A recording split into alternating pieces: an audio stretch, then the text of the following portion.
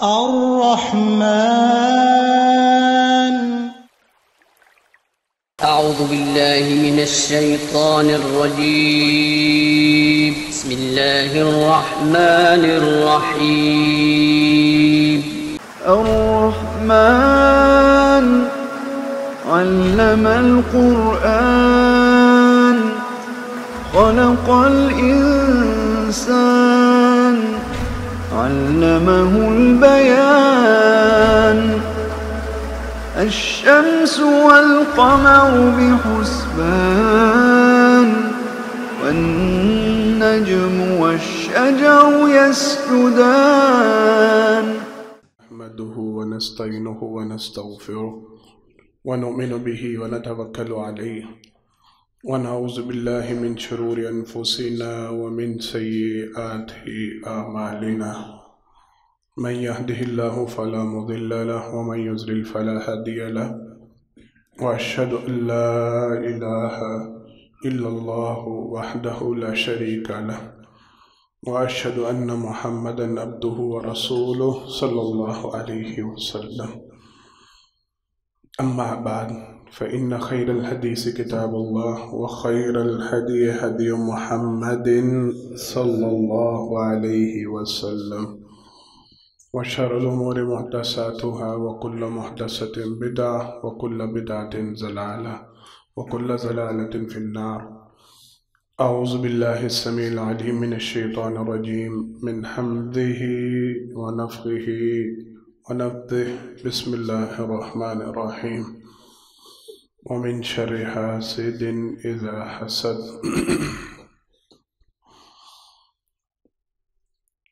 ہر قسم کی تعریفات حمد و ثنا اللہ رب العالمین کے واسطے خاص ہیں.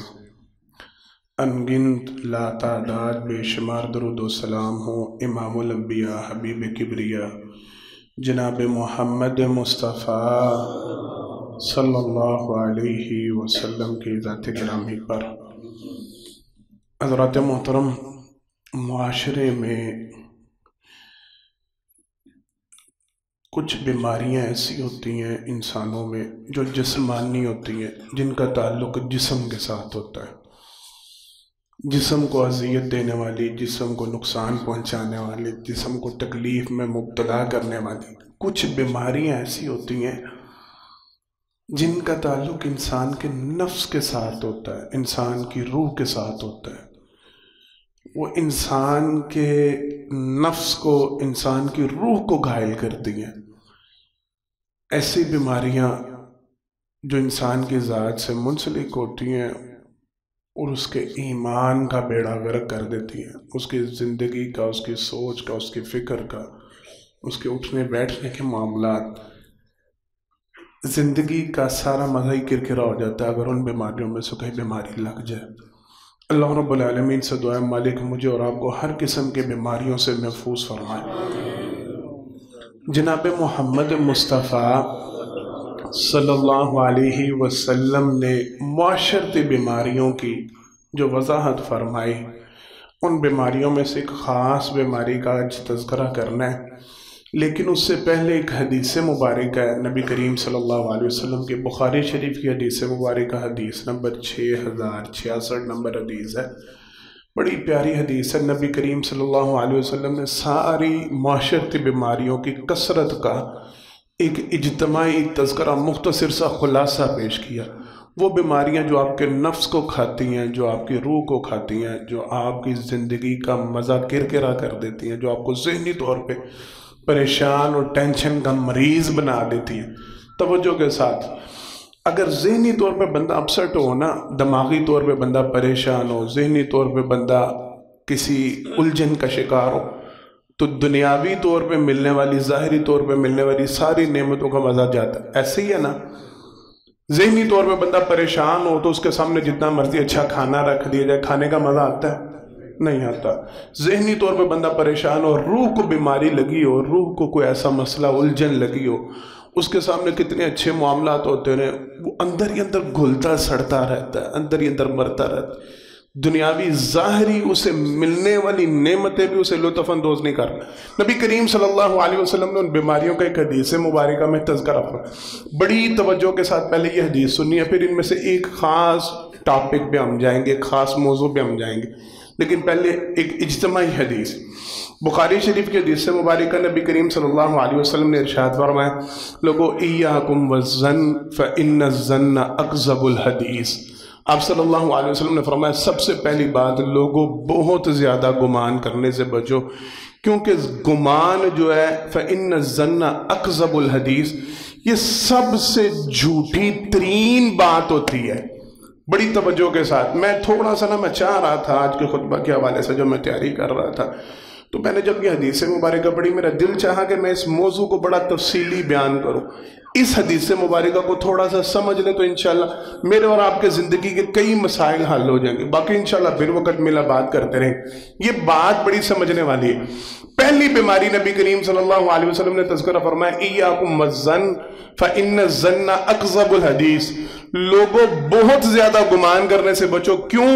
گمان جو ہے یہ سب سے جھوٹی ترین بات ہوتی ہے۔ کون کہہ رہے ہیں؟ بولے سارے، جناب محمد مصطفیٰ صلی اللہ علیہ وسلم۔ میری اور آپ کی زندگیوں میں جتنا ہمارا وقت گزرتا ہے، جو ہم نیند سے جاگ کے گزارتے ہیں، توجہ کے ساتھ، جو ہم ہوش و حواس میں گزارتے ہیں، اس میں سے اکثریت ہمارے وقت کا معاملہ وہ ہمارے گمان کے گھوڑے دوڑانے میں صرف ہو رہا ہوتا ہے۔ ہم ہر وقت سوچوں میں، اور یہ عمومی طور پہ موجودہ معاشرے میں یہ بہت بڑی بیماری بنتی جا رہی ہے، بلا وجہ، بلا سوچے سمجھے، بغیر کسی سبب کے ہم ہر وقت ہر بندے کے متعلق طرح طرح کے گمان کا شکار ہوتے ہیں۔ فلانا بندہ، اللہ کی قسم اٹھا کے کہتا ہوں، ممبر رسول پہ بیٹھا ہوں، ایسی ایسی عجیب اور پریشان کن خبر سننے کو ملتی ہے کہ ہنسی بھی آتی ہے اور افسوس بھی ہوتا ہے کہ ذہن کا کہاں ہمارے بات پہ رہے، ہم کن خیالات کا شکار ہیں، کن سوچوں کا شکار۔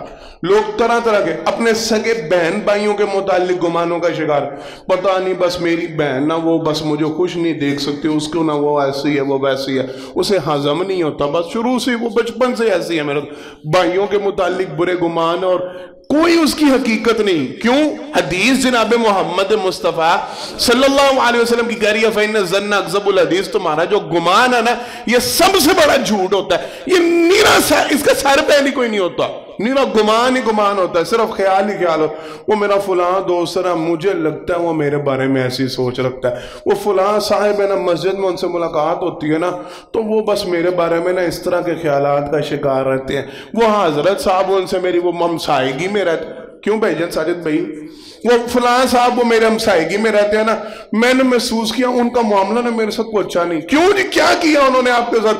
او مینوں ویندے نا تو بس منہ پھیر لیندے نے، انہاں دے دل چ کوئی گل ہے، اس کو بیچارے کو پتہ بھی نہ ہو، اس کے ذہن و گمان میں کوئی بات بھی نہ ہو، اس کے وہم و خیال میں بھی کوئی شائبہ نہ ہو، اپنی طرف سے گمان کے گھوڑے دوڑاتے رہن۔ یہ عام بیماری نبی کریم صلی اللہ علیہ وسلم نے سب سے پہلے، اور یہ ٹینشن کی بہت بڑی وجہ، یہ ٹینشن کی بہت بڑی وجہ، ہم ایک ایسی چیز کے متعلق سوچ رہے ہیں جس کی حقیقت ہی کوئی نہیں، ہم ایک ایسی چیز کے متعلق پریشان ہیں جس کا وجود ہی کوئی نہیں، میرے پاس اس کی تصدیق کوئی نہیں۔ سہیل صاحب بات سمجھ میں اس کا کوئی وجود ہے، اس کا کوئی ثبوت ہے، اس کی کوئی دلیل ہے، آپ کے پاس اس کا کوئی اختیار، آپ کو کوئی کہہ دے اس کو ثابت کریں جو گمان آپ کا ہے، میرے پاس کوئی ہے ہی کچھ نہیں۔ میری بات سمجھ میں آ رہی ہے نا؟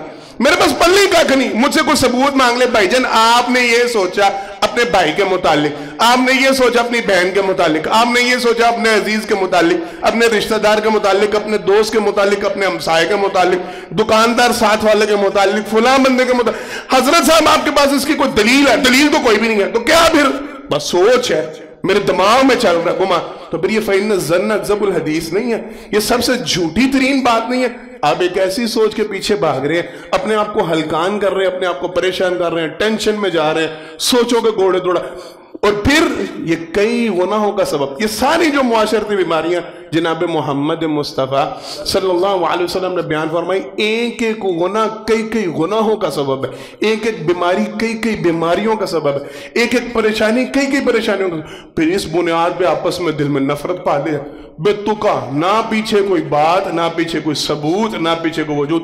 دل میں نفرت پالنی شروع کر دی، نہیں بس مجھے پتہ ہے اے میرے متعلق اچھی سوچ نہیں رکھتا، نہیں مینوں پتہ ہے میرے نال مخلص نہیں ہے، مینوں پتہ ہے دی سوچ میرے بارے چ اچھی نہیں ہے، اور اپنے آپ اپنے گمان میں اپنے خیال میں اس کے متعلق نفرت پالنی شروع کر دی، گمان کا گھوڑے دوڑانے شروع کر دیے، دل میں حسد پیدا شروع کر دیا، دل میں عداوت شروع کر، اللہ طول پھر وہ گناہ کی گھاٹیوں کا شکار اور بات بڑی آگے نکل جائے۔ پہلی بات، پہلی برائی نبی کریم صلی اللہ علیہ وسلم نے پہلی بیماری جس کا تذکرہ کیا، فرمایا بہت زیادہ گمان کرنا۔ طریقہ کار میں ساتھ ساتھ تھوڑی تھوڑی وضاحت کرتا جاؤں گا تاکہ بات کرنے کا کوئی فائدہ بھی ہو۔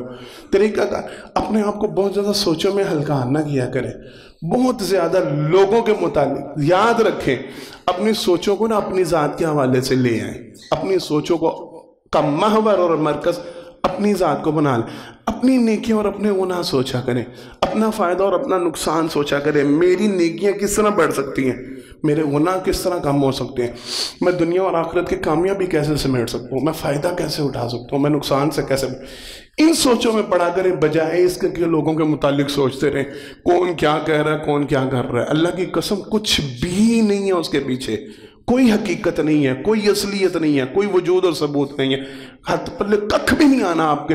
آپ جتنا مرضی لوگوں کے متعلق سوچ لیں، کسی کی ذات کو نہ کوئی فرق پڑنا، نہ آپ اپنی ذات کو ضرور ہلکان کر لیں گے، کسی کا کچھ نہیں بگڑنا، آپ اپنا ضرور بگاڑ لیں گے، کسی کا کچھ نہیں جانا، آپ اپنا سارا کچھ کھو بیٹھیں گے۔ لہذا اپنی سوچوں کا محور اور مرکز اپنی ذات کو بنائیں۔ میں کہاں کرتا ہوں، میں سمجھایا کرتا ہوں لوگوں کو، آپ جب کسی کے حوالے سے سوچ رہے ہوتے ہیں اس کا مطلب آپ اس بندے کو اہمیت دے رہے ہیں، چاہے آپ اس کے حوالے سے نفرت کا اظہار کر رہے ہیں، اس کے بارے میں بری سوچ رکھ رہے ہیں، برا خیال، لیکن آپ اپنا ٹائم اس کے حوالے سے ویسٹ کر رہے ہیں۔ وہ وقت جو آپ اپنی اولاد کو دے سکتے تھے توجہ کے ساتھ، وہ وقت جو اپنے آپ بیوی بچوں کو دے سکتے تھے، وہ وقت جو آپ اپنے کاروبار کو دے سکتے، وہ وقت جو آپ اپنے رب کو دے سکتے تھے، وہ وقت جو آپ عبادت میں صرف کر سکتے تھے، آخرت کی سوچ اور فکر کے، وہ وقت آپ کسی ایک بندے کے پیچھے ضائع کر رہے ہیں، تو یہ نقصان نہیں؟ بولیں یہ کتنا بڑا گھاٹا ہے۔ وہ قیمتی ترین وقت جس میں آپ اپنے لیے کئی فوائد جمع کر سکتے تھے، وہ آپ کسی ایک بندے کے متعلق سوچ سوچ کے ضائع کر رہے ہیں وہ وقت، تو یہ گھاٹا نہیں، یہ کتنا بڑا نقصان ہے۔ اس وقت سے آپ کئی فوائد اکٹھے کر سکتے تھے، کتنا فائدہ جمع کر سکتے تھے، آپ بلا وجہ لوگوں کے حوالے سے پریشان ہو کے اپنی زندگی خراب کر رہے ہیں۔ پہلی بات، بہت زیادہ گمان کرنے سے بچ جائے۔ اگر کبھی گمان آئے، میں ان ساری بیماریوں کا آخر میں مشترکہ حل بنا تو کرنا کیا ہے وہ انشاءاللہ میں آگے بتا دوں۔ دوسری بات، نبی کریم صلی اللہ علیہ وسلم نے فرمایا وَلَا تَحَسَّسُوا، لوگوں جسوسی کرنے سے، ٹول لگانے سے، عیب تلاش کرنے سے، دو الفاظ ہیں، وَلَا تَحَسَّسُوا وَلَا تَجَسَّسُوا، لوگوں عیبوں کی ٹو میں نہ رہا کرو اور جسوسیاں نہ کیا کرو۔ یہ کٹھے الفاظ نبی کریم صلی اللہ علیہ وسلم نے بیان فرمایا۔ کسی کی عیب جو ہی نہ کریں، کسی کے گناہوں کی تلاش میں مت گھومیں۔ یاد رکھیں، آپ جب لوگوں کے گناہ تلاش کرنے میں لگ جاتے ہیں، اللہ رب العالمین آپ کے گناہ اشکارا کرنا شروع۔ یہ واضح ترین مسئلہ نبی کریم صلی اللہ علیہ وسلم کی حدیث مبارکہ، سرور کائنات صلی اللہ علیہ وسلم نے ارشاد فرمایا جب کوئی مسلمان کسی مسلمان کے گناہ پہ پردہ ڈالتا ہے، اللہ رب العالمین دنیا میں بھی اور آخرت میں بھی اس کے گناہوں پہ پردہ ڈالیں گے۔ تو اس کا دوسرا رخ پھر کیا ہے؟ اگر کوئی کسی مسلمان کے گناہوں کو آشکار کرتا ہے اس کو لوگوں کے سامنے، تو کیا اللہ رب العالمین اس کے گناہ چھپائیں گے؟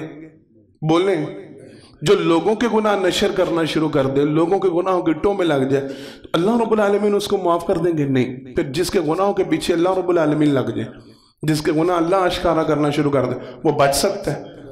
لوگوں کے گناہوں کے پیچھے بھاگنا چھوڑ دیں۔ یہ سوچ اور فکر تبدیل، اپنے آپ کو ہلکان کرنے والی بات، ٹینشن میں رہنے والی بات، پریشانی میں رہنے والی بات، بلا وجہ لوگوں کی عیب جوئی کرنا، بلا وجہ لوگوں پتہ لگا جے بھائی صاحب کی کر رہے ہیں، پتہ لگا جے باجی دی گل دا، پتہ لگا جے فلاں صاحب دا، وہ حاجی صاحب وہ مسجد دے صدر بنی پھردے نے، حرکتاں انہاں دیاں چیک کیتیاں جی، فلانا صاحب مسجد دے انج بنی پھردے نے، ہیں جی، وہ بڑا نیک نمازی بنی پھردا، وہ دی حرکتاں ہیں جی، وہ خطیب ہے، وہ امام ہے، وہ قاری ہے، وہ فلان ہے، وہ ڈمکان ہے، وہ جو بھی ہے، وہ بھائی جو ہے وہ اس کی ذات سے منسلک ہے، آپ نے اس میں سے کیا نکالنا؟ آپ اس کے گناہوں کے پیچھے پڑیں گے، اللہ رب العالمین آپ کے گناہ اشکارا کرنا شروع کر دیں گے، پتہ نہیں آپ اس کا گناہ کھول سکیں یا نہ کھول سکیں، رب نے آپ کے گناہ کھولنے شروع کر دی تو کوئی بچا سکے گا؟ تو پھر کیوں اپنے پیچھے رب کو لگا؟ اللہ رب العالمین سے دشمنی مول لے رہے ہیں، اللہ رب العالمین کو اپنے خلاف کیوں کر رہے ہیں؟ پردہ ڈالنا سیکھیں، کو گناہ پتہ بھی چل جاتا ہے۔ حکم تو یہ ہے، مسلمان کے نام تو پیغام یہ ہے، حدیث تو یہ سکھلاتی ہے، دین یہ تربیت اور تعلیم کرتا ہے۔ آپ جستجو میں نہیں تھے، آپ ٹو میں نہیں تھے, آپ جاننا نہیں چاہ رہے تھے, اس کے باوجود کسی کو گناہ کا آپ کو پتہ لگ گیا, آپ کو خبر ہوگی, آپ پردہ ڈال دیں. دین تو یہ تعلیم دیتا ہے, دین تو یہ سکھاتا ہے, کوئی گناہ آپ کے علم میں بھی آ گیا, خبر بھی آ گئی, پردہ ڈالو, چھپا جاؤ. کیوں؟ اللہ کل تمہارے کو نہ چھپا دے. کسی کی عزت کا پاس رکھو, کسی کی عزت کا خیال, اللہ تمہاری عزت کا خیال.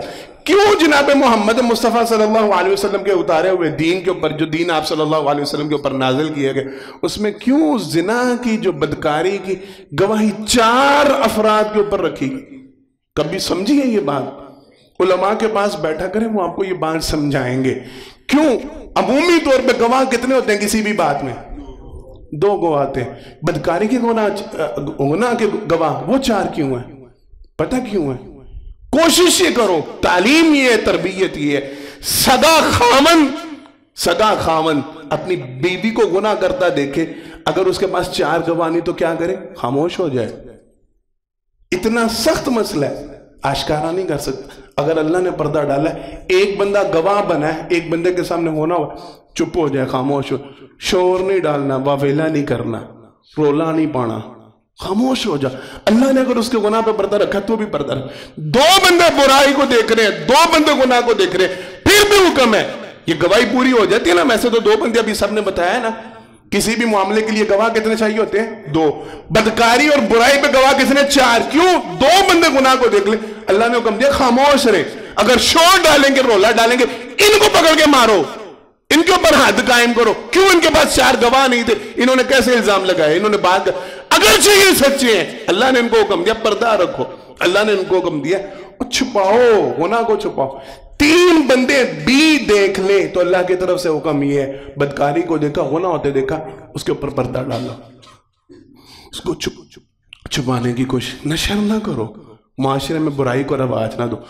تم گناہوں کو چھپاؤ, اللہ تمہارے گناہ. جب 4 بندے کسی گواہ پہ جمع ہو جائیں, کسی گناہ پہ گواہ بن جائیں, پھر حکم ہے ہاں اب یہ گناہ پھیل رہا ہے, اب 4 بندوں میں بات نکل گئی ہے, اب حکم ہے اب اس کو بلاؤ اور اب اس کو سزا دو, تاکہ بعد مزید بڑھے نہ, معاشرے میں گناہ رواج نہ پائے.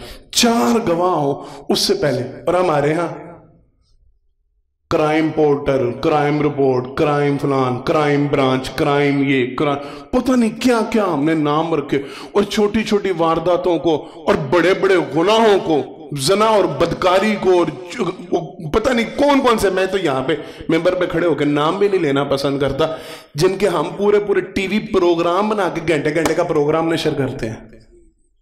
بات سمجھ میں آئی ہے؟ حکم تو یہ ہے گناہ پہ پردہ ڈالنا, گناہ کو چھپانا ہے. کیوں؟ جتنا اس کو نشر کرو گے معاشرے میں برائی پھیلے گی. اپنا ہم نے پورے ٹی وی پروگرام ہم پورا فلماتے ہیں, ہم پورا بناتے ہیں, ہم ان کے گھر والوں کو دکھاتے ہیں, ہم اس کے اہل و عیال کو لے کے آتے ہیں, یہ دیکھیں جی اس بچی کے ساتھ یہ معاملہ ہوا, یہ اس کا بھائی ہے, یہ اس کی بہن ہے, یہ اس کا باپ ہے, یہ اس کی ماں ہے, ان کے تاثرات سنیں, ساروں کا کیا نکل کیا رہا ہے. بات سمجھ میں آ رہی ہے؟ او بھائی یہ تم معاشرے میں برائی کو رواج دے رہے ہو. کوئی ایک کتنی دفعہ یہ بات ڈسکس ہو چکی, آپ لوگوں کو شاید علم ہو. یہ شروع جن علاقوں سے ہوا تھا نا, جس معاشرے سے, جس کیٹیگری میں یہ معاملہ شروع ہوا تھا, یہ کرائم رپورٹنگ کا, وہاں پہ اب بین ہے. ان ممالک میں اب پابندی ہے, وہاں پہ ایسا کوئی پروگرام نشر نہیں ہو سکتا. کیوں؟ چھوٹے چھوٹے بچوں میں ان پروگرامز کو دیکھ کے آپس میں چوریاں کرنے کی عادت, بدکاری کرنے کی عادت, برائی کی عادت پڑ گئی تھی. یہ طریقے سکھلانے والی بات ہے, یہ تو معاشرے میں رواج ہے. ہمارے ہاں بھی بڑے پسند کیے جاتے ہیں, بڑا رواج دیا. دین حکم یہ دیتا ہے وَلَا تَحَسَّسُوا, اور ٹو میں نہ پڑھو, ایپ جوئی میں نہ کرو. کوئی گناہ ہو گیا, سرزد ہو گیا, اس کو دبانے کی کوشش کرو, چھپانے کی کوشش کرو. ہم نشر کرتے ہیں, ہم اخبارات میں شائع کرواتے ہیں, ہم چھاپتے ہیں, ہم پروگرام کرتے ہیں, ہم رولا ڈال دیتے ہیں, یہ ہو گیا, وہ ہو گیا, ایسے ہو گیا. ٹھیک ہے, انصاف دلانے کی خاطر اگر آپ کچھ کام کر رہے ہیں, اگر آپ اس کو واقعی اس کے اینڈ درجے تک جانا چاہتے ہیں, آپ کو انصاف دلوانا چاہتے ہیں, کوئی ایسا معاملہ ہے کسی کو انصاف نہیں مل رہا, اس کے لیے آپ آواز بلند کریں, ضرور آواز آپ بلند کریں, لیکن بلا وجہ نشر نہ کریں. ویسے پردہ ڈالنے کا, وَلَا تَجَسَّسُوا, جاسوسی نہ کریں, لوگوں کی جاسوسیاں چھوڑ دیں. جناب محمد مصطفیٰ صلی اللہ علیہ وسلم نے آج سے 1450 سال پہلے یہ تعلیم دی. بہو ساس کی جاسوسی نہ کریں. اماں کتھے چلیے, کتے نال ملدی پئی, جدوں سسر صاحب کرو ٹر جاندے نے نا, تے پھر کرو نکل جاندی تے بہن دے گھر جاندی ہے, تے فلانی دے گھر جاندی ہے, تے انہوں مل. تیرے وہ ماں کی جگہ پہ ہے, تو اس کی کیا جاسوسیاں کر رہی؟ ساس وہ بہو کی جاسوسیوں میں لگی ہے، اس کو حیا نہیں، اس کو شرم نہیں، جس کو بیٹی بنا کے گھر میں لے کے آئے ہو۔ بیٹا میں 1000 دفعہ یہ جملہ کہہ چکا ہوں، بیٹا اس کو بھگا کے نہیں لایا، سڑک سے اٹھا کے نہیں لایا، تم نے رشتہ پسند کیا، تمہاری سلیکشن ہوئی، بچے کی باوجود اس کے کہ دین اس کو اختیار دیتا ہے، یہ جملے سنے دماغوں پہ نہ ہتھوڑے مارے، باوجود اس کے کہ دین بچے کو اختیار دیتا ہے، وہ اپنی مرضی کر سکتا ہے، بچے کے اوپر ولی کوئی ہوتا ہے؟ بولنے سارے، اسے کوئی ضرورت نہیں، اسے کوئی ضرورت نہیں، جا کے کسی عالم سے مسئلہ پوچھ لے، وہ اماں ابا کی اجازت کا پابند نہیں ہوتا، وہ اماں ابا سے پوچھنے کا پابند نہیں ہوتا۔ اللہ رب العالمین نے اس کو خود ولی بنایا، وہ خود با اختیار ہے، وہ جہاں جائے شادی کر سکتا ہے، وہ پھر آپ کا منہ دیکھتا ہے، وہ پھر آپ کی شکلیں دیکھتا ہے، وہ پھر آپ کے رویے دیکھتا ہے۔ اماں آپ پسند کریں، اماں آپ سلیکٹ کریں، ابا جی جو آپ کی پسند ہے میں آپ کو، بغیر دیکھے، بغیر سوچے، بغیر سمجھے، بغیر جانے آپ کے کیے ہوئے رشتے پہ ہاں کہتا ہے، اور بعد میں گھر میں لا کے آپ اس کی زندگی جیرن کر دیتے ہیں، آپ اسی کا جینا حرام کر دیتے ہیں۔ مسئلہ سمجھ میں آ رہا ہے؟ وہ تینوں نہیں پتا، تو گھروں ٹور جانا نا، تیری بڑی پچھو ہے دے نال فون تے لگی ہوندی ہے، تینوں نہیں پتا، تیرے سامنے بڑی معصوم بنی، پچھو بڑی شیاری، پچھو بڑی چلا، پچھو انج کر، اللہ کی قسم کھانے تک گنے جاتے ہیں، بوٹیاں تک گنی جاتی ہیں، سالن تک گنے جاتے اور سنائے جاتے ہیں، انج کھا گئی، انج کر گئی، وہ بازاروں ہے چیز منگوائی سو ہے چیز لیاندی سو، انج کیتا سو، انا للہ و انا، وہ لانے والے تم، بسانے والے تم، وہ لے کے آنے والے تم، بچہ بگا کے نہیں لایا، اپنی مرضی سے نہیں لایا، تمہاری مرضی، تمہاری سلیکشن، تمہاری پسند، اور بعد میں جاسوسیاں شروع کر دیتا۔ بھائی بھائی کی جاسوسی پہ لگا ہوا ہے، بہن بہن کی جاسوسی پہ لگی ہے، دوست دوست کی جاسوسی پہ لگا ہوا ہے، رشتہ دار کی جاسوسی، ہمسایہ کی جاسوسی، ویکھیاں ذرا کتے چل رہا ہے، ویکھیاں ذرا کی کر، ویکھیاں ذرا کون ہے نہ کیا ہو۔ اللہ اکبر۔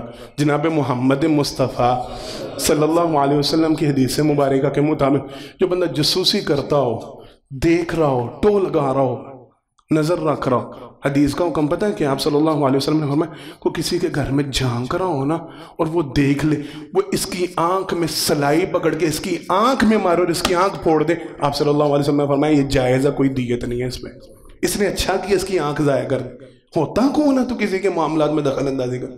تجھے کس نے اختیار دیا لوگوں کی جاسوسیاں کر رہے ہیں، لگے ہوئے دن رات لگے ہوئے، کریں گے جس طرح آپ انشاءاللہ۔ وَلَا تَجَسَّسُوا، لوگوں جاسوسیوں میں نہ پڑو، ایک دوسرے کی جاسوسی نہ، وَلَا تَبَاغَضُوا، لوگوں بغض نہ رکھو، عداوت نہ رکھو، کینہ نہ رکھو، ایک دوسرے کے حوالے سے نفرت کا شکار ہو، بلا وجہ کی نفرتیں نہ پالنا شروع کر دو، اس کا کچھ بگڑے گا یا نہیں بگڑے گا، یہ میں بتا رہا تھا، جمعے کا آغاز میں نے کیا تھا، یہ وہ ساری بیماریاں جو آپ کی زندگی کو حرام کر دیتی ہیں جینا، جو ہمارا لفظ ہے نا، ہمارا اردو کا محاورہ، جینا حرام کر دیتی ہیں آپ کی خوشیوں کو غارت کر دینے والے، آپ کی نیکیوں کو کھا جانے والے۔ جناب محمد مصطفیٰ صلی اللہ علیہ وسلم کے حدیث مبارک، جب ایک مسلمان دوسرے مسلمان کے لیے دل میں نفرت رکھتا ہے وہ جنت کا حقدار ہو سکتا ہے۔ پتہ کس بنیاد پہ کہنے لگا ہوں یہ جملہ؟ بڑی توجہ کے ساتھ، آپ صلی اللہ علیہ وسلم کی حدیث کیا ہے؟ سرور کائنات صلی اللہ علیہ وسلم نے ارشاد فرمایا لا تدخلوا الجنت حتی تؤمنوا ولا تؤمنوا حتی تحابوا۔ حدیث یہ ہے، آپ صلی اللہ علیہ وسلم نے فرمایا تم اس وقت تک جنت میں داخل نہیں ہو سکتے جب تک تم مومن نہیں بن جاتے، اور تم اس وقت تک مومن نہیں بن سکتے جب تک آپس میں ایک دوسرے کے ساتھ محبت نہیں کرنے لگ جاتے۔ دوبارہ بات کو سمجھیں، مومن بننے کے، جنت میں جانے کے لیے مومن بننا لازم ہے، مومن بننے کے لیے آپس میں ایک دوسرے کے ساتھ محبت کرنا، تو جو محبت کی بجائے نفرت شروع کر دے وہ مومن ہے، اور جو محبت نہیں کرتا نفرت کرتا ہے مومن نہیں رہا تو وہ جنت میں جا سکتا ہے۔ یہ پوائنٹ ہے اصل، وَلَا تَبَاغَضُوا، نفرت نہ کرو، اس کا کچھ جا رہا ہے نہیں جا رہا، اس کا کچھ ضائع ہو رہا ہے نہیں ہو رہا، اور تم اپنی جنت گنوا رہے ہو، تم اپنی جنت اپنے ہاتھ سے کھو رہے ہو، باوجود نمازیں پڑھنے کے، باوجود قرآن کریم کی تلاوت کرنے کے، باوجود صدقہ و خیرات کرنے کے، باوجود اللہ کے رستے میں دینے کے، ان سارے کیوں اپنی جنت کو اپنے ہاتھوں، اپنی نیکیوں کو اپنے ہاتھ، اور ٹینشن الگ، سوچ الگ، فکر الگ، ہر وقت غلطان رہنا، ہر وقت پریشان رہنا، ہر وقت سوچتے رہنا، پتہ نہیں یار فلانا بندہ مینوں زہر لگدا، مینوں چنگا نہیں لگدا، مینوں بس بڑے پڑ، میں انہوں وین آنا تو مینوں کچیچیاں چڑھ دیاں، میں انہوں وین مینوں انج ہونا شروع ہوتا۔ او بھائی اس کا کچھ جاتا ہے نہیں جاتا، تم اپنی آخرت برباد کر رہے ہو، تم اپنی دنیا تو برباد کر ہی رہے ہو، تمہیں خود احساس ہو رہا ہے اس کے بارے میں سوچ کے اپنے آپ کو ہلکا، تم ساتھ اپنی آخرت خراب کر رہے ہو، اپنی جنت کو برباد کیوں کر رہے ہو؟ وَلَا تَبَاغَضُوا لوگوں ایک دوسرے کے ساتھ نفرت چھوڑ دو، ایک دوسرے کے خبر کیوں ہم اپنا ٹائم اتنا ویسٹ کرتے ہیں؟ میں پھر وہی بات دوبارہ دہرانے لگا ہوں، لوگوں کے حوالے سے اللہ کی قسم محبت سے میٹنے کا ٹائم نہیں ملتا، نفرت سے میٹنے کا ٹائم ہمیں پتہ نہیں کہاں سے مل جاتا ہے۔ لوگوں کے درمیان محبتیں بانٹنے کا ٹائم نہیں ملتا، نفرتیں بانٹنے کا ٹائم پتہ نہیں ہمارے پاس کہاں سے نکلا۔ آپس میں ختم کر دیں ایک دوسرے کے لیے عداوت رکھنا، بغض رکھنا، کینہ رکھنا، دل ختم کر دے سوچ کو، لوگوں کے لیے اچھی سوچ، اچھا پیغام۔ پھر آپ صلی اللہ علیہ وسلم نے ارشاد فرمایا وَلَا تَنَاجَشُوا لوگوں ایک دوسرے کے سودے کے اوپر بولی پہ بولی نہ بڑھاؤ۔ ایک بھائی کو مسلمان کوئی ڈیل کر رہا ہے، کوئی پیغام ہے، کوئی معاملہ کر رہا ہے، کہیں پہ کوئی کاروباری معاملہ کر رہا ہے، تمہیں قطعاً اجازت نہیں صرف ریٹ بڑھانے کی غرض سے، صرف اس سوچ اور فکر کے ساتھ کہ اس کی وجہ سے ریٹ بڑھ جائے، ریٹ خراب ہو جائے، اس کا سودا خراب ہو جائے، اجازت نہیں۔ وَلَا تَنَاجَشُوا لوگوں قطعاً اجازت نہیں، بولیاں نہ بڑھاؤ۔ جو سودا ایک مسلمان بھائی، میں تھوڑی سی اس حوالے سے ہمارے معاشرے میں بڑی عجیب رواج، پراپرٹی سے منسلک افراد اس حوالے سے زیادہ وہ واقفیت رکھتے ہیں، باقی کاروباروں میں بھی یہ ہوتا ہے، باقی معاملات میں بھی یہ چلتا ہے۔ اللہ اکبر، اس کی ایک شکل پتہ ہے کیا ہے؟ جناب محمد مصطفیٰ صلی اللہ علیہ وسلم کی تعلیم ذرا توجہ کے ساتھ سمجھیے گا، غور و فکر کے ساتھ۔ نبی کریم صلی اللہ علیہ وسلم نے منع کیا ایک مسلمان بھائی کو سودا کر رہا ہو، ریٹ لگا رہا ہو، دوسرے مسلمان کو ریٹ لگانے کی اجازت۔ یہ معاملہ پتہ ہے کتنا سنگین ہے، کہاں تک آپ صلی اللہ علیہ وسلم نے حکم دیا ایک مسلمان نکاح کے لیے کہیں پہ رشتے کا پیغام بھیجے، وہاں پہ نکاح کے لیے دوسرے مسلمان کا رشتہ بھیجنے کا پیغام، اس کی اجازت۔ مسئلہ سمجھ میں آیا؟ آپ کو خبر ہو جائے نا، آپ کو علم ہو جائے فلاں گھر میں رشتے کی بات چل رہی ہے، کسی صاحب کی، کسی کی بیٹی کی، کسی کے بیٹے کی، تو وہاں پہ رشتہ بھیجنے کی اجازت۔ ہمارے ہاں ایک وقت میں کتنے کتنے رشتے دیکھے جا رہے ہوتے ہیں، کہاں کہاں ٹانگے اڑائے۔ اچھا انہوں میں ہور کیڑا کار سی تسی جڑا کہ وہ رشتے کروانے والے آگے لگے ہوتے ہیں، ہور کیڑی کڑی کہہ رہے ہور کیڑا کار کہہ رہے ہور کرو، ایک وقت میں 10 جگہ ٹانگیں اڑائی گئی ہوتی ہیں۔ یہ حدیث کے خلاف ہے، آپ صلی اللہ علیہ وسلم نے منع کیا۔ ایک سودے کے اوپر دوسرا سودا کرنا منع ہے، یعنی کسی مسلمان کا سودا چل، ہمارے ہاں سودے خراب اس وجہ سے ہوتے ہیں ساجد بھائی جان، ہمارے ہاں مارکیٹ میں ریٹ اپ اس طرح ہوتا ہے، یہ فنکاری ہوتی ہے، اسے کاریگری سمجھا جاتا ہے، ڈیلرشپ سمجھا جاتا ہے، اور ریٹ پا جی سوسائٹی کے چاپ ہی ہیں جو ہوندے نے، اس نے یہ ریٹ لگایا 5000 میرے کو وعد لینا، لاکھ میرے کو وعد لے لینا، انہوں نہ دینا مینوں دے دیو، نہیں تو میں تو دے دینا، میرے کو تھوڑا جا ہور اتنے لے لو، میرے نہ گل کرو، میرے نہ بے تکا بلا وجہ، نہ لینی نہ دینی نہ گل نہ بات۔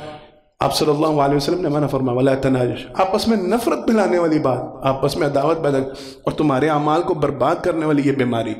لوگوں وَلَا تَحَاسَدُوا لوگوں اصل میرا جمعہ اس موضوع پہ تھا، اور انشاءاللہ اس کے حوالے سے میں مزید وضاحت آج جتنی ہو سکی کریں گے، باقی انشاءاللہ جب اللہ نے موقع دیا کریں گے۔ وَلَا تَحَاسَدُوا لوگ ایک دوسرے کے ساتھ حسد نہ کرو، کینہ نہ رکھو دل میں، سوچ فکر۔ حسد کیا ہے؟ توجہ کے ساتھ ہم اپنے ٹاپک پہ تھوڑا سا ہیں۔ وَكُونُوا عِبَادَ اللَّهِ إِخْوَانًا حدیث پہلے مکمل کر لیتے ہیں۔ آپ صلی اللہ علیہ وسلم نے فرمایا او اللہ کے بندو آپس میں بھائی بھائی بن کے رہو، آپس میں بھائی بھائی بن کے رہو۔ اللہ کی قسم افسوس سے کہنا پڑتا ہے، دکھ سے کہنا پڑتا ہے، جناب محمد مصطفیٰ صلی اللہ علیہ وسلم موجودہ دور کے بھائیوں کو دیکھ لیتے تو شاید یہ جملہ بھی نہ کہتے۔ وَكُونُوا عِبَادَ اللَّهِ إِخْوَانًا اللہ کے بندو بھائی بھائی بن کرو۔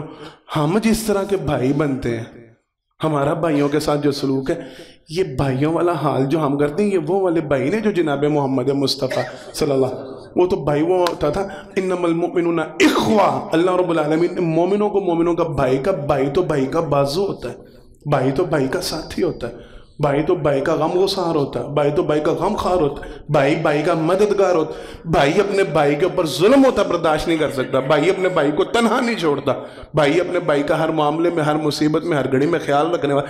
یہ تھا وَكُونُوا عِبَادَ اللَّهِ إِخْوَانًا اللہ کے بندوں آپس میں بھائی بھائی بن کے رہو۔ جس طرح دو سگے بھائیوں کا آپس میں پیار ہوتا ہے، عام مسلمانوں کا حکم ہے اس طرح آپس میں ایک دوسرے کے ساتھ رویہ کرو۔ ہمارا سگے بھائیوں کے ساتھ ہی معاملہ صحیح نہیں ہوتا۔ جناب انس بن مالک کی حدیث مبارکہ اس میں ایک اضافہ ہے ساتھ، آپ صلی اللہ علیہ وسلم نے فرمایا لا يحجر لمسلم ان يحجر اخاه فوق ثلاث لا يحل لمسلم ان يحجر اخاه فوق ثلاث او كما قال النبي صلی اللہ علیہ وسلم۔ اس کا آخری ٹکڑا یہ آپ صلی اللہ علیہ وسلم نے فرمایا کسی مسلمان کے لیے جائز نہیں کہ وہ اپنے مسلمان بھائی سے 3 دن سے زیادہ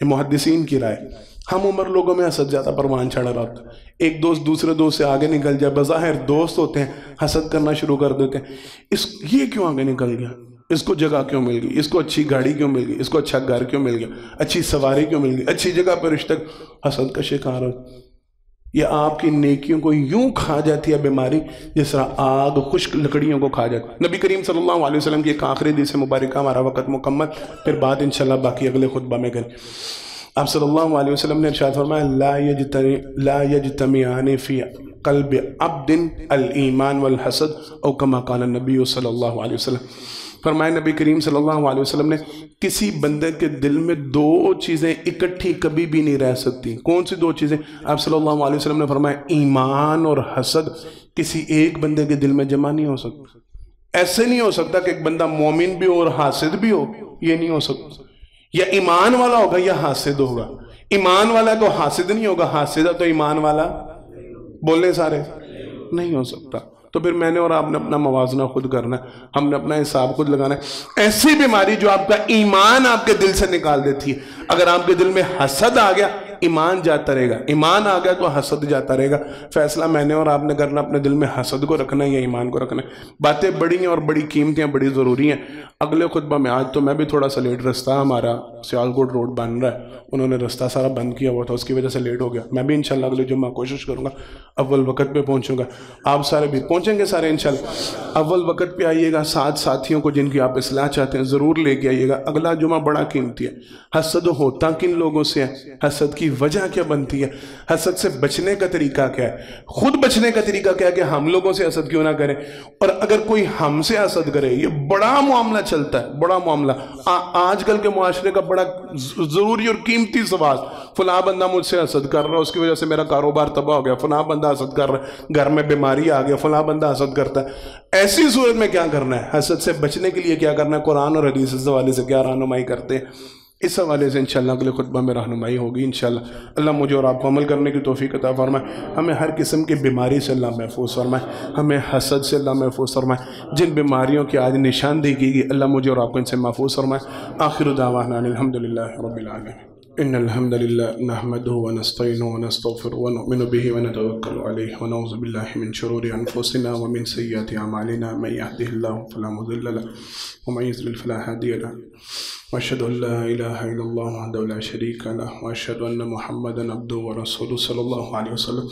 حضرات محترم, پہلے خطبہ جمعہ میں اللہ کی توفیق سے چند ایک ایسی بیماریوں کی وضاحت کی گئی جن کی وجہ سے انسان کا ایمان ضائع ہوتا ہے, انسان کی روح بیمار ہوتی ہے, انسان کا نفس بیمار ہوتا ہے. اللہ رب العالمین سے دعا, مالک مجھے اور آپ کو ایسی سب بیماریوں سے بچنے کی توفیق عطا فرمائے. ایک خاص بیماری اس میں سے حسد کا ہم نے تذکرہ شروع کیا ہے. ایک دوسرے کی نعمت کو دے کے اس کے زوال کا شکار ہونے کی خواہش رکھنا, نعمت کے چھن جانے کی خواہش رکھنا, اسے حسد کہتے ہیں.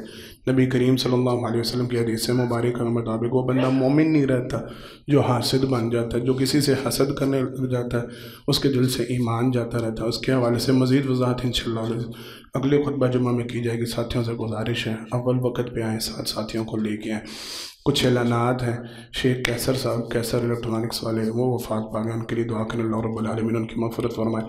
ہمارے ساتھی حاجی سرفراز بٹ صاحب, ان کا جوان بیٹا بلال بٹ صاحب, وہ کل بروز جمعرات حرکت قلب بند ہونے سے وفات پا گئے. انا للہ و انا الیہ راجعون. ان کے لیے مغفرت کی دعا کریں اللہ رب العالمین ان کی مغفرت فرمائے, ان کے قبر کو جنت کا باغیچہ بنائے, ان کے درجات بلند فرمائے. خواتین کے لیے اعلان ہے انشاءاللہ اگلے جمعہ سے چودھری جمیل صاحب ہماری مسجد کے سامنے ان کا گھر ہے, وہاں پہ ماؤں بہنوں بیٹیوں کے لیے جمعہ مبارک کا اہتمام کیا گیا. آئندہ خواتین تشریف لا سکتی ہیں, لازمی گھروں میں جا کے یہ پیغام دیجیے گا. جو خواتین جمعہ ادا کرنے کے لیے آتی تھی ان کے لیے اہتمام ہو گیا مسجد کے سامنے گھر میں, وہاں پہ پردے کا بھرپور انتظام ہوگا انشاءاللہ. جو مائیں بہنیں بیٹیاں جمعہ ادا کرنے کے لیے آنا چاہتی ہیں وہ ضرور تشریف لائیں. اللہ رب العالمین سے دعا کریں مالک مجھے اور آپ ہمارے حال پر رحم فرمائے, ہمارے سارے معاملات کی اللہ اصلاح فرمائے, جتنی بیماریاں اللہ دور فرمائے, جتنے معاملے الجھے ہیں اللہ سارے معاملات کو سلجھا دے، جو پریشانی ہے اللہ ساری پریشانیوں کو حل فرما دے، جو جائز خواہشات نیک تمنا ہے اللہ سب پوری فرما دے، جو جائز مطالبات ہیں ہمارے اللہ وہ پورے فرما دے۔ اللہ رب العالمین ہمارے ہر معاملے میں آسانی اور بہتری فرمائے، جو ہمارے حق میں بہتر معاملہ اللہ ہمارے لیے وہ فیصلہ فرمائے۔ ہمارے ملک پاکستان کے اللہ حفاظت فرمائے، اس ملک میں امن کا توحید کا بول بالا فرمائے، جو ہمارے ملک کے لیے بہتر ہے اللہ ہمیں وہ حکمران عطا فرمائے، جو ہمارے ملک کے دشمن ہیں اللہ ہمیں ان سے نجات عطا فرمائے، ہماری سرحدوں کی اللہ حفاظت فرمائے، ہمارے کاروبار کی اللہ حفاظت فرمائے، مقروضوں کے قرض اتارنے کا اللہ کی بہترین صورت پیدا فرمائے، پاک حلال طیب آسان فراخ روزی عطا فرمائے، گھروں میں سے بیماریاں ختم فرمائے، ہمیں دین کے اوپر اللہ چلنے کی توفیق عطا فرمائے، دین والا بنا دے، اللہ اپنے پسندیدہ بندوں میں ہمارا شمار فرمائے۔ بارک اللہ لنا ولکم بالقرآن ونفعنا وإياکم بالآیات والذکر الحکیم انہ تعالی جبار کریم علیکم بالرؤوف الرحیم سبحان ربک رب العزة عما یصفون وسلام علی المرسلین والحمد للہ رب العالمین۔ لا إله إلا الله محمد رسول الله عليه صلاة الله وآله والأحبة